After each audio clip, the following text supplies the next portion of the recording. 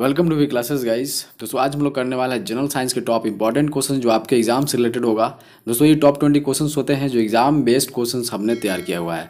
दोस्तों ये expected new pattern questions हैं जो आपके एग्जाम्स में पूछने के ज़्यादा चांसेस रहेंगे। दोस्तों मैं आपको बता दूं कि सीजीएल की भी तैयारी करते हो तो ये क्वेश्चन आपके लिए इंपॉर्टेंट रहने वाला है। दोस्तों हमने इससे पहले क्लास 12 तक हमने कंप्लीट कर ली है। तो अगर आपने नहीं देखा हुआ है तो हमारे वीडियोज़ के प्लेलिस्ट में जाना, वहाँ पे प्लेलिस्ट जरूर विजिट करना दोस्तों, ठीक है। वहाँ पे अपनी तैयारी और बेहतरीन कर सकते हो, ठीक है। तो दोस्तों ये जो है हम शॉर्ट में थोड़ी सी बात कर लेते हैं, बट दोस्तों ये सारे दिन डिस्कस होती रहते हैं कि हमारे चैनल पे दोस्तों क्या स्टडी की जाती है। तो आप यहाँ पे देख सकते हो क्या हमारे चैनल पे स्टडी की जाती है दोस्तों, ठीक है। प्रैक्टिस सेशंस टॉपिक वाइज, ठीक है, जनरल नॉलेज, जनरल साइंस वगैरह वगैरह। तो आप देख सकते हो। बात करते हैं दोस्तों कि ये जो क्वेश्चंस लेवल है दोस्तों, क्वेश्चंस का जो पैटर्न्स है यही आपके एग्जाम्स से रिलेटेड रहने वाला है, ठीक है। तो आपके एग्जाम्स में हूबहू जो है दोस्तों क्वेश्चंस ऐसे पूछने वाले हैं। तो आप मेरे साथ कंटिन्यूटी जरूर बनाए रखें, और नए हैं दोस्तों तो सब्सक्राइब जरूर करेंगे, ठीक है। सब्सक्राइब करने से क्या होगा, जो भी लेटेस्ट वीडियोस अपलोड करूंगा दोस्तों वो सबसे पहले आप तक पहुंचेगी, ठीक है।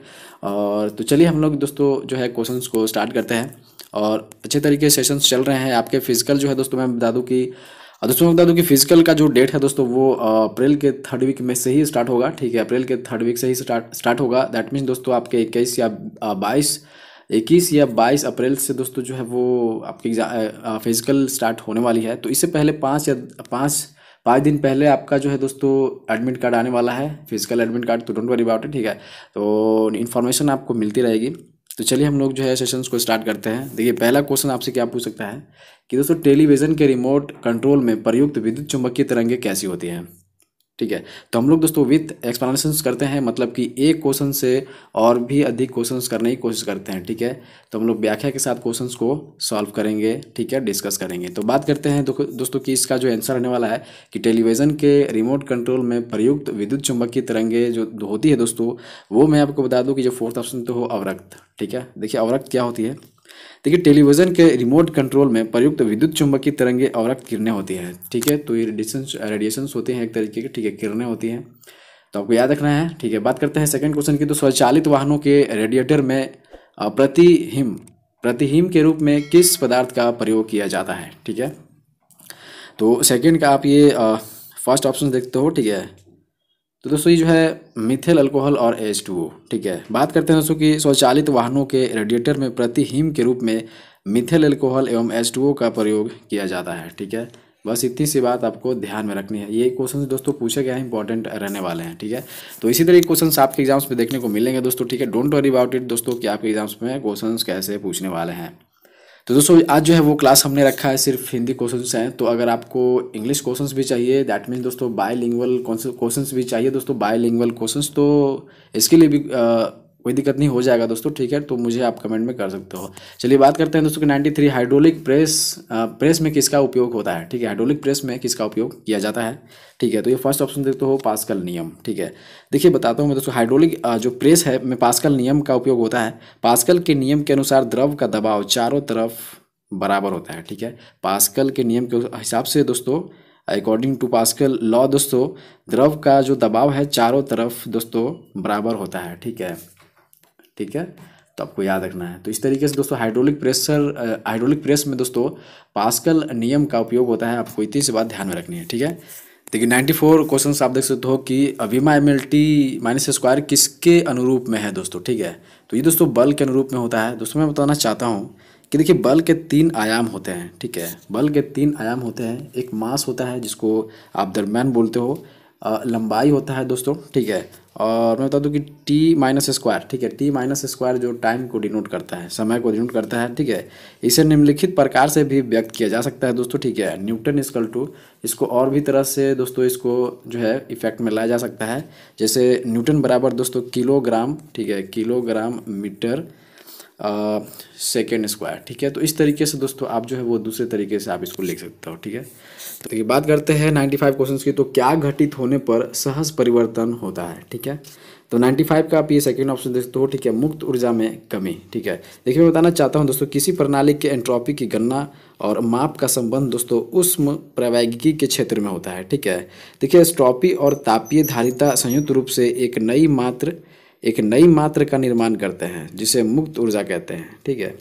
नई दोस्तों मैं बताना चाहता हूँ कि नई जो है मात्रा का निर्माण करते हैं। धारिता संयुक्त रूप से एक नई मात्रा का निर्माण करते हैं जिसे मुक्त ऊर्जा कहते हैं। स्थिर तापमान और दबाव की स्थिति में दोस्तों मुक्त ऊर्जा सहज परिवर्तन की दशा को निर्धारित करता है। ठीक है, बस इससे कुछ इतना ही, ऐसे ही आपको याद रखना है। ठीक है, बात करते हैं तो किसी मनुष्य के लिए नदी के जल की अपेक्षा समुद्र के जल में तैरना अधिक सरल क्यों होता है दोस्तों, आपको बताना है। ठीक है, तो ये भी क्वेश्चन जो है दोस्तों पूछे गए हैं। ठीक है, देखिए इसमें समुद्र जो है दोस्तों जल का घनत्व नदी के जल के घनत्व से अधिक होता है।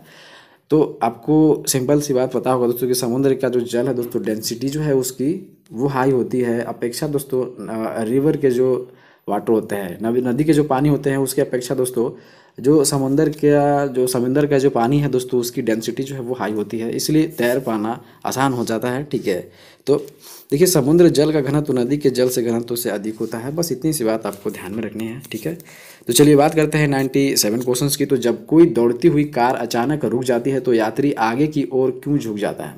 ठीक है, तो 97 का थर्ड ऑप्शन देखते हो गति का जड़त्व के कारण से। ठीक है, पहले से वो रुका रहता है। ठीक है, तो पहले से दौड़ता रहता है। देखिए जब कोई भी कार जो है दोस्तों मूव करती रहती है, ठीक है, और आप उसमें बैठे रहते हो तो एहसास होती है आपको कि अब बस के साथ चल रहे हो। ठीक है, बस के साथ साथ चल रहे हो तो अचानक से क्या होता है कि ब्रेक लगाता है। ठीक है, इमरजेंसी ब्रेक्स होते हैं, आपने महसूस किया होगा, ऑब्जर्व किया होगा। तो यात्री क्या होता है दोस्तों कि आगे की ओर अचानक से झुक जाती है। ठीक है, तो वो गति का जड़त्व के कारण से दोस्तों, ठीक है, तो इसके कारण से ये जो होता है कि अचानक से दोस्तों ब्रेक लगने पे यात्री आगे की ओर झुक जाती है। ठीक है, तो ये क्वेश्चन भी पूछे गए हैं, आपको पता होना चाहिए कि जब कोई दौड़ती हुई कार अचानक रुक जाती है तो गति के जड़त्व सिद्धांत के अनुसार यात्री आगे की ओर झुक जाते हैं। ठीक है, आपको इतनी सी बात ध्यान में रखनी है। चलिए बात करते हैं कि 98 क्वेश्चन K4 NiCN का हॉल 4 में निकेल का ऑक्सीकरण संख्या क्या है। ठीक है, तो निकेल का ऑक्सीकरण संख्या बताना है। ठीक है, K4 NiCN हॉल 4 में। ठीक है, तो देखिए बात करते हैं इसमें दोस्तों कि फर्स्ट ऑप्शन तो हो 0। ठीक है, ऑक्सीकरण संख्या जो है दोस्तों 0 है, आपको इतनी सी बात ध्यान में रखनी है। ठीक है, देखिए K4 NiCN4 में निकेल का ऑक्सीकरण संख्या 0 होता है। बस इतनी सी बात आपको ध्यान में रखनी है। ठीक है, चलिए बात करते हैं नेक्स्ट क्वेश्चन की। तो 99 क्वेश्चन देख लेते हैं कि लोहे में जंग लगना क्या है दोस्तों। ठीक है, लोहे में जंग लगना क्या है। देखिए जब लोहा वायु एवं नमी के संपर्क में आता है दोस्तों तो भूरे रंग जो ग्रे रंग होता है दोस्तों, तो ग्रे रंग के परत का निर्माण होता है जिसे जंग लगना कहते हैं, रस्टिंग कहते हैं। ठीक है, तो लोहे में जंग लगना विद्युत रसायन परिवर्तन है। ठीक है, आपको याद रखना है कि लोहे में जंग लगना दोस्तों विद्युत रसायन परिवर्तन है। ठीक है, तो ये भी क्वेश्चन पूछे जाते हैं। तो बस इससे इतना ही। बात करते हैं सुन के तो रेडियोधर्मी तत्व किसका उत्सर्जन करते हैं। ठीक है, तो दोस्तों ये जो है रेडियोधर्मी तत्व अल्फा एंड बीटा एवं गामा किरणों का उत्सर्जन करते हैं। रेडियोधर्मी तत्वों के उत्सर्जन की प्रकृति का अध्ययन रदरफोर्ड ने एक प्रयोग के माध्यम से किया था। तो ये दोस्तों अल्फा बीटा तथा गामा का विकिरण दोस्तों रेडियोधर्मी तत्व जो है दोस्तों इनका उत्सर्जन करते हैं। ठीक है, ये सारे के सारे का अल्फा बीटा और गामा का भी। ठीक है, देखिए बात करते हैं 101 की। तो देखिए क्वेश्चन ये इंपॉर्टेंट रहने वाला है, एड्स के विषाणु किसे नष्ट कर सकते हैं। ठीक है, तो ये क्वेश्चन दोस्तों पूछे गए हैं एग्जाम्स में। ठीक है, तो ये most previous plus expected question रहने वाले हैं, आपको पता होगा। आप अगर पुराने स्टूडेंट हो तो आपको पता होगा दोस्तों कि JSSC के दोस्तों किसी भी एग्जाम्स में ऐसे क्वेश्चन पूछे गए हैं। ठीक है, जितने भी अभी हमने क्वेश्चन करवाए दोस्तों ये सारे के सारे एग्जाम्स से पूछे गए हैं। तो डोंट वरी अबाउट इट। अगर आप नए हो तो सेशंस को शुरू से अंत तक जरूर देखो। पुराने स्टूडेंट हो तो आपको पता होगा दोस्तों कि सारे क्वेश्चन पूछे गए हैं और पूछने के ज़्यादा चांसेस रहेंगे। ठीक है, तो देखिए इसमें जो है एड्स के विषाणु जो है दोस्तों लिम्फोसाइट को नष्ट कर सकते हैं। ठीक है, तो लिम्फोसाइट को नष्ट कर देते हैं, ये आपको पता होना चाहिए। ठीक है, और ये दोस्तों वायरल डिजीज़ हैं। ठीक है, जैसे HIV होता है, ह्यूमन इम्यूनो डिफिशिएंसी वायरस होता है जो। तो बस इतनी सी बात आपको ध्यान में रखना दोस्तों कि एड्स के विषाणु जो है दोस्तों लिम्फोसाइट को नष्ट कर सकते हैं। ठीक है, देखिए बात करते हैं 102 के। यहाँ पे जो है पोलियो का नैमित्तिक जीव क्या है। ठीक है, पोलियो का नैमित्तिक जीव क्या होता है दोस्तों। देखिए मैं बताना चाहता हूँ कि 102 का सेकेंड ऑप्शन देखो विषाणु होते हैं। ठीक है, ये जो है दोस्तों विषाणु होते हैं। मैं बताना चाहता हूँ कि बहुतरिशा, ठीक है, बहुतरिशा जिसे अक्सर पोलियो या पैलियोमेलाइटिस, ठीक है, पैलियोमेलाइटिस दोस्तों है ना, पोलियोमेलाइटिस भी कहा जाता है। एक विषाणु जनित भीषण संक्रामक रोग है जो आमतौर पर एक व्यक्ति से दूसरे व्यक्ति में संक्रमित विस्टा या खाने के माध्यम से फैलता है। ठीक है, इस रोग का औपसर्गिक कारण एक प्रकार का विषाणु होता है जो कफ, मल मूत्र, दूषित जल तथा खाद्य पदार्थों में विद्यमान रहता है। ठीक है, तो आपको अच्छे तरीके से हाथ धोना चाहिए। खाना पीना पे थोड़ी सी जो है फ्रेश होनी चाहिए।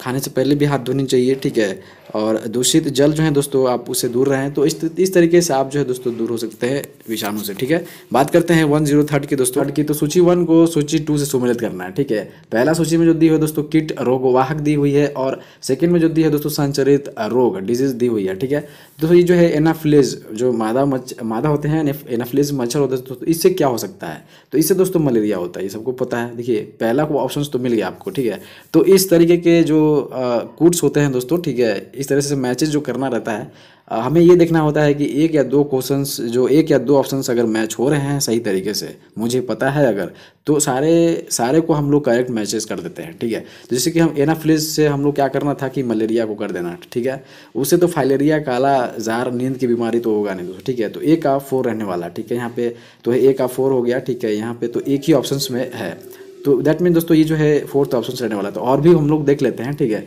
तो क्यूलेक्स है ना, क्यूलेक्स जो है दोस्तों वो 3rd ऑप्शन फाइलेरिया। ठीक है, क्यूलेक्स आपको याद रखना है कि फाइलेरिया हो जाएगा। ठीक है, रेत मक्खी दोस्तों, ठीक है, रेत मक्खी की बात